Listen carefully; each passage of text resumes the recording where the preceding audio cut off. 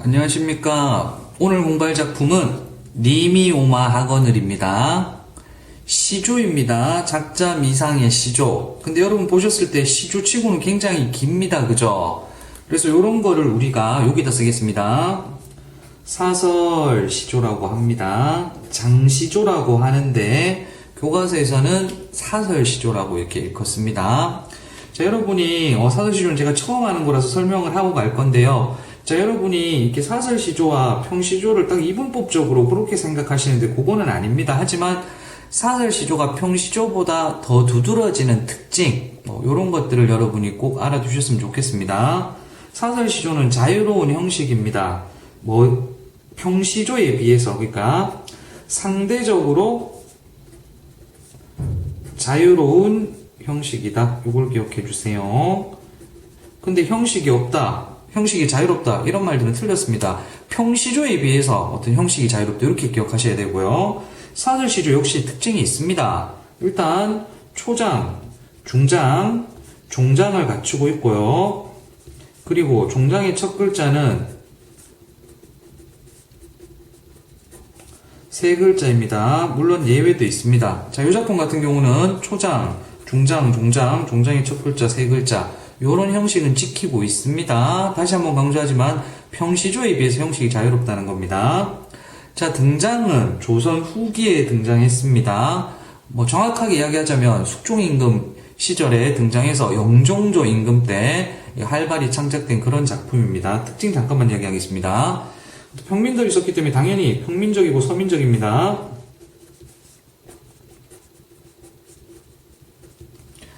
자, 그리고 어떤 서민적 진솔함이 묻어나는 작품들이 많고요. 그리고 당연히 어떤 생활 감정을 노래했다.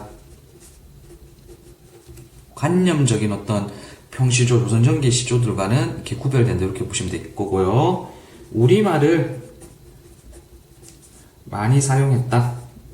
한자어보다는 우리말을 많이 사용했다. 당연한 이야기겠죠. 서민들이 썼으니까요. 그죠? 자, 그리고 해학적이다. 그리고 풍자적이다. 계속 말씀드리는데요. 사설시조라고 해서 다 해학적이고 다 풍자적이진 않습니다. 하지만 이런 작품들이 많다, 이렇게 이해하시면 될 것 같고요. 해학적이라는 거는 웃긴다, 재밌다, 이렇게 이해하시면 되는데요. 수업을 하다가 해학적이다 이러면, 그래서 이렇게 선생님 안 웃기는데 이런 반응이 많은데요. 그래서 선생님이 웃기려고 애쓰면 다 해학적이다, 썰렁해도 해학적입니다. 자, 풍자적이라는 거는 비판한다, 비꼰다, 이런 것들인데 이것도 역시 사설시조라고 해서 다 그런 게 아니라 풍자적인 작품이 많다, 이렇게 기억해 주시면 좋을 것 같습니다. 자, 작품으로 한번 들어가 보겠습니다. 님이 오마 학원을 저녁밥 일지어 먹고 되어 있습니다. 님이 온다길래 저녁밥을 일찍 지어 먹고, 이렇게 해석했습니다. 자, 님이 온다는 거는 내가 한 말이 아니라 뭐죠? 들은 이야기겠죠? 알게 된 소식이겠죠? 저녁밥을 일찍 지어 먹었대요. 왜요? 보고 싶으니까요. 그쵸? 그래서 이 저녁밥을 일찍 지어 먹었다는 이야기는 뭐죠? 이렇게 간절한 그리움을 드러낸다. 됐습니다. 자, 여기까지가 초장이죠. 님에 대한 기다림이 드러났습니다. 중문나서 대문 나가, 문이죠, 문. 지방 위에 치달아 앉아. 지방은 문지방, 문턱입니다. 알겠죠? 자, 그래서 지금은 아니지만 옛날 같은 경우 문지방 같은 거를 이렇게 함부로 올라가지 마라, 이런 이야기 하고 금기를 주는데 어기죠. 그쵸? 왜요? 그리우니까요. 너무 보고 싶으니까요. 이런 거 다 무시. 그죠? 이수로 가액하고, 이거는 손수자입니다. 한자로 쓰면 이렇게 되는데요. 손으로서 가액, 이마입니다. 더하고, 이런 뜻입니다. 손을 이마에 가져다 대고, 어떤 건지 아나요? 그러니까 이마에 이렇게 손을 올리고, 오나 안 오나 보는 겁니다. 오는가 가는가 건너산 바라보니, 검어hit들, 검고 흰게 서 있거늘, 저야 니미로다, 저게 니미로구나 했습니다. 자, 요거 같은 경우는 화자의 말이다, 화자의 생각이다. 이렇게 이야기할 수 있겠죠. 님이네. 이렇게 되겠죠. 버선, 버서, 품에, 품고, 버선은 버선입니다. 보선은 버선입니다. 심, 버서, 손에, 쥐고, 신도 들고, 왜요? 보고 싶었으니까, 빨리 보고 싶으니까요. 자, 천천히 갈까요? 빨리 갈까요? 빨리 가겠죠? 곰비, 님비, 님비, 곰비, 천방, 지방, 지방, 천방, 진데, 질펀한 곳, 마른데, 마른 곳, 가리지 말고, 가리지 않고, 위렁충창, 건너가서, 정옛말, 하려, 하고, 요까지 읽어봤는데요. 자, 버선버섯 품에 붙고, 신버섯 손에 쥐고, 곰비님비는, 뭐, 요즘 말로 하자면, 엎치락, 뒤치락 정도 되겠네요. 자, 그래서, 뭐, 의, 태, 어단데, 요런 말보다는 요즘, 음성상징어란 말을 더 많이 쓰죠. 음성상징어는 의성어와 의태어를 이야기를 합니다. 자, 여기서 음성상징어는 빨간 걸로 써줄게요. 자, 음성상징어를 사용했습니다. 음성상징어의 효과가 어떤 게 있나요? 운율감을 준다. 그리고 현장감, 생동감을 준다. 생동감은 뭔가요? 진짜 같다. 이런 느낌이겠죠. 그죠? 자, 이해를 하세요. 그냥 외우지 말고요. 자, 음성상징어 같은 경우는 똑같은 음이 반복되는 경우가 많습니다. 그러니까 당연히 운율감을 주죠. 생동감을 준다, 뭐 가끔가다 현장감을 준다 이런 이야기를 하는데 이게 진짜 같다는 이야기입니다. 자, 보세요. 여러분이 엄마한테 어머니가 나의 볼을 때리셨다. 이것보다 어머니가 나의 볼을 철썩 때리셨다. 더 진짜 같죠? 그렇기 때문에 현장감과 생동감을 준다. 이렇게 이해하시면 되겠죠? 이 시 역시 마찬가지로 운율을 주고 현장감, 생동감, 어떤 거 빨리 뛰어가는 모습, 급하게 뛰어가는 모습을 더 잘 드러낼 수 있습니다. 그렇게 이해하시면 될 거고요. 진 곳, 마른 곳, 가리지 않고, 위렁충창, 천방지방 빼먹었네요. 천방지방 같은 경우는 뭐 허둥지둥 정도로 해석하면 됩니다. 요즘 말로 굳이 고르자면. 진데 마른데 가리지 않고, 위렁충창 뛰어가서, 위렁충창은 뭐 후다닥, 버버벅, 뭐 이 정도 되겠습니다. 요건 사실 의성어입니다. 자, 요거 같은 경우는 곰비님비나 천방지방은 의태어고 요거는 의성어죠. 어쨌든 음성상징어를 많이 사용했습니다.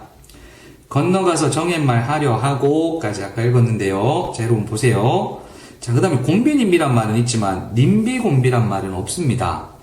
이 무슨 이야기냐면 오락가락이란 말은 있지만 가락오락이란 말은 없듯이 곰비님비란 말이 있지만 님비곰비란 말은 없습니다. 천방지방이란 말이 있지만 지방천방이란 말은 없습니다. 의도적으로 이렇게 쓴 거죠. 의도적으로 이렇게 순서를 바꿔놨습니다. 그래서 요거는 언어유희는 뭔가 하면요. 말장난이다. 이렇게 보시면 되고요. 언어유희를 통해서 해학성을 높이고 있다. 해학성을 고조시키고 있다. 요것도 설명했습니다. 자, 그래서 건너가서 정의말 하려 하고, 정의말은 정 있는 말, 마음에 있는 말, 뭐 사랑한다는 말이죠. 아니면 뭐 보고 싶었다는 말이겠죠. 이런 말 하려 하고 견눈을 힐끗 보니 옆으로 보니 상년 요거는 작년 되겠습니다. 7월 열사흘날 갈가 벗긴 주추리 3대나무 갈가 벗긴 주추리 3대나무 살뜰이도 날 속였구나 이렇게 돼 있는데요. 자, 보세요. 자, 여기서 설명할 게 좀 있는데요. 일단 주추리 3대나무는 뭐니? 착각을 불러오는 사물이죠. 그죠? 착각을 일으킨 사물입니다. 자, 왜 착각했나요? 비슷하니까 그렇죠. 주추리 3대나무가 어때요? 거머hit들, 그러니까 색채, 시각적인 모습이 님과 비슷하기 때문에 그렇게 착각을 한 게 맞죠? 그죠? 근데 이거 보고 왜 착각을 했나요? 근본적인 원인은 너무 님이 그리우니까 님이 아닌 게 님처럼 보인 거겠죠? 이해가 됐나요? 자, 표면적으로는 어떤 시각적 유사성 때문에 착각을 일으켰지만 근본적으로는 님에 대한 그리움 때문에 발생한 거죠. 그죠? 예, 이거 두 개 다 알아놓으셔요. 자, 그리고 살뜰이도 날 속였구나. 살뜰이 날뜰살뜰. 잘 속였구나. 잘 속였나요? 아니죠. 무슨 법인가요? 예. 반어법입니다. 그리고 우리가 지금 중장을 쭉 읽고 왔는데요. 일단 많은 것들이 나열되었습니다. 열거법입니다. 그리고 똑같은 문장 구조가 반복되었네요. 대꾸법입니다. 그리고 또 이것도 한번 생각해 볼 수 있죠. 님이 얼마나 그리웠으면 이거를 님으로 착각했겠습니까? 이건 뭐죠? 과장법입니다. 그리고 아까 해학적이라고 이야기를 했었습니다. 자, 종장으로 가겠습니다. 모처라 밤일시망정 행여 나지런들 나무 울 뻔 학해라 하겠대. 자, 모처라는 뜻을 여기다 쓸게요. 잘 못 읽어서 웃었습니다. 모처라는 마침, 그 다음에 혹은 이렇게 해석할 수 있습니다. 다행이구나. 자, 그래서 마침 밤이니까 망정이지 행여 낮이었으면 남 웃길 뻔 학해라. 바꿔서 이야기하면 남의 비웃음을 살 뻔했다 되겠습니다. 그죠? 그래서 이것도 마찬가지로 해학적이다 이야기할 수 있겠죠. 그죠? 해학적이다. 자, 그리고 지금 님을 못 만났죠. 그쵸? 근데 웃음으로 승화시키네요. 그쵸? 그죠? 낙천적이다 이야기할 수 있겠고요. 그리고 또 뭐 긍정적이다 이런 말들도 여러분 떠올릴 수 있다고 생각합니다. 이건 아까 낮이라고 그랬죠? 자, 그래서 보는 사람이 없어서 망정이지 남이 봤으면 나를 비웃었겠다 이렇게 해석하시면 되겠죠. 그죠? 그렇게 어렵진 않습니다. 처음부터 다시 한번 해석해 볼게요. 님이 온다 하길래 저녁밥 일찍 지어 먹고 중문 나서 대문 나가 문지방 위에 치다라 앉아 손을 이마에 가져다 대고 이렇게 해석할게요. 오나가나 건너산 바라보니 거무스름한 게 서 있거늘 저게 바로 님이로구나. 버선버섯 품에 품고 신버섯 손에 쥐고 곰비 님비 곰비 그냥 의티어라고 그랬습니다. 뭐 엎치락 뒤치락 천방지방 지방천방 허둥지둥 진대 마른데 가리지 않고 뭐 파바박 건너가서 마음에 있는 말 하려고 곁눈으로 힐끗 보니 아이고 작년 7월 사흘날 갈가 벗긴 주추리 3대 나무가 나를 잘 속였구나. 다행이다 혹은 마침 밤이니까 망정이지 혹시 행여 낮이었으면 남 웃길 뻔 학해라 되겠습니다. 그래서 정리를 할 건데요. 정리하기 전에 요거 하나만 이야기를 할게요. 지금 보시면 여기 시적 화자, 시적 대상이 여성인 걸 알 수 있습니다. 그죠? 근데 조선시대는 여성에게 어떤 조신함을 강조하는 그런 사회였습니다. 그죠? 근데 여기 있는 여성은 그렇지가 않죠. 그러니까 어떤 조선시대 때 금기시됐던 아까 전에 뭐 문지방에 올라간다든지 막 뛴다든지 이런 것들은 여성들에게 어떤 하지 말기를 강요했던 그런 모습이죠. 그쵸? 그런 금기도 깬다는 걸 봐서 뭐 그만큼 님에 대한 그리움이 간절했다. 이 부분은 조금 해석해 두셨으면 좋을 것 같습니다. 자, 정리해 볼게요. 일단 글의 종류가 사설 시조였습니다. 그죠?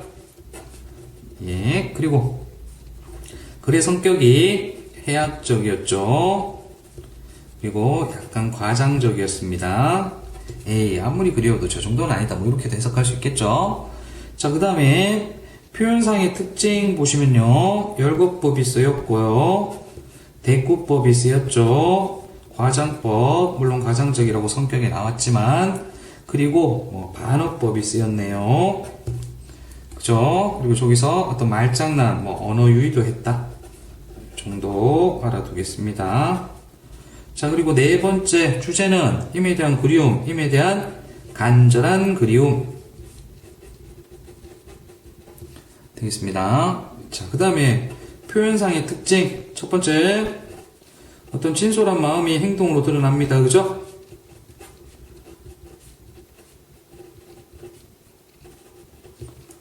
그죠? 구체적 행동으로 드러나고 어떤 금기시 됐던 그런 행동도 서슴지 않는다. 요거 이해해 주시면 될 거고요. 음성 상징어가 사용되었습니다. 음성상징어는 성자 때문에 의성어만 음성상징어라고 생각하는 학생들이 있는데 의성어, 의태어 다 됩니다. 이 시에서는 의성어와 의태어 다 쓰였다 꼭 알아둡시다. 자, 그래서 요 정도로 한번 해봤습니다. 그렇게 어려운 작품은 아니라고 생각하는데 정확하게 해석할 수 있어야 될 것이고 사설시조의 특징, 그 다음에 이 작품의 의미 꼭 알아두셔야 될 것 같습니다. 예, 감사합니다.